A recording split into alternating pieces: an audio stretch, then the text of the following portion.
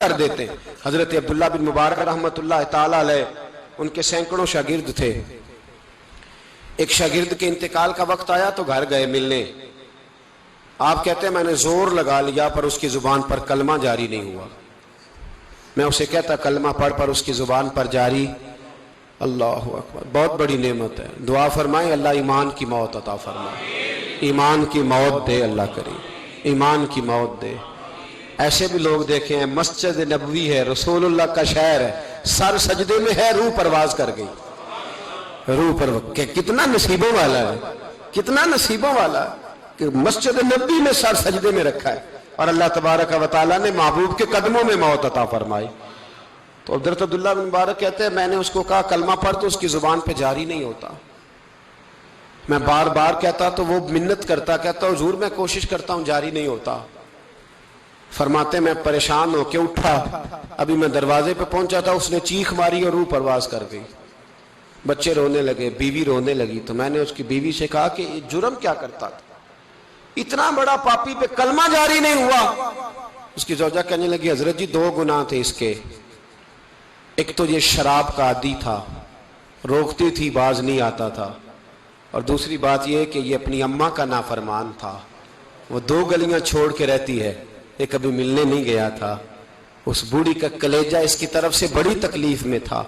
تو حضرت عبداللہ بن مبارک کہنے لگے جا تو بھی دعا کر اور اس کی ماں کو بھی کہہ دعا کرے کہ یہاں تو یہ کلمہ نہیں اسے نصیب ہوا، اللہ کرے اللہ آخرت کی منزلیں اس کی بہتر فرما دے۔ میرے بھائی ایسے گناہ، حضرت مالک بن دینار نے توبہ کی، توبہ کی انہوں نے۔ کس طرح؟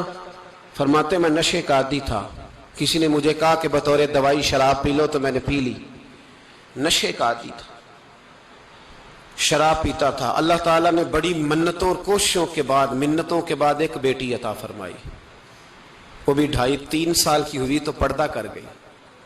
کہتے میں اس کی قبر پہ بیٹھ کے گھنٹوں روتا، شراب کا عادی تھا۔ ایک دن سویا تو خواب دیکھتا ہوں کہ میرے پیچھے ایک بڑا سانپ لگ گیا ہے، اور سانپ جب منہ کھولتا ہے تو انگارہ نکلتا ہے۔ میں پھر دعا کرتا ہوں اللہ ہمیں معاف فرمائے، اللہ ہم سے درگزر۔ میں کچھ قبرستانوں میں جاتا ہوں تو میں وہاں میں سانپ بچھو پھرتے ہوئے دیکھتا ہوں، اور ڈر آتا ہے، ڈر آتا ہے کہ ہم یہاں آنے والے ہیں۔ یہ لوگ کہہ رہے ہیں کہ تمہاری تیاری ہے، کسی وقت بھی اعلان ہو جائے گا کہ چلو بھائی چلو فلاں صاحب کا جنازہ ہے، اٹھو۔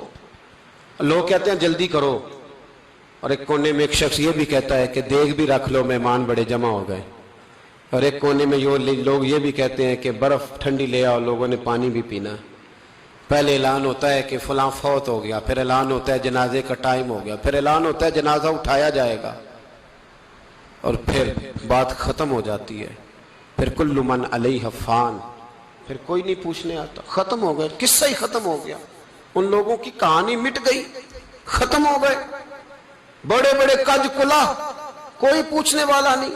موت کا راج ہے، راج ہے موت کا راج، موت راج کرتی ہے بس، اور کسی کا راج نہیں، وہ راج کرتی ہے، جدھر جاتی ہے اسی کا راج ہے، راج کر رہی ہے۔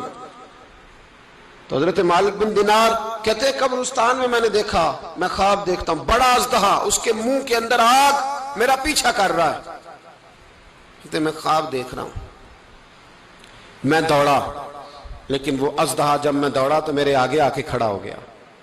میں مشرق کو دوڑا تو وہاں بھی آ گیا، مغرب کو دوڑا تو وہاں بھی آ گیا۔ جناب مالک بن دینار کہتے ہیں ایک بوڑھا شخص کمزور مجھے بچانے آیا، پر اس اژدہا نے پھونک ماری تو وہ بوڑھا آدمی دور جا گرا۔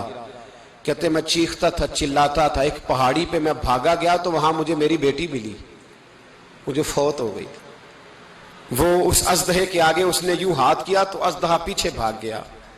میں نے بیٹی کو گود میں اٹھایا، میں نے کہا بیٹی یہ کون تھا؟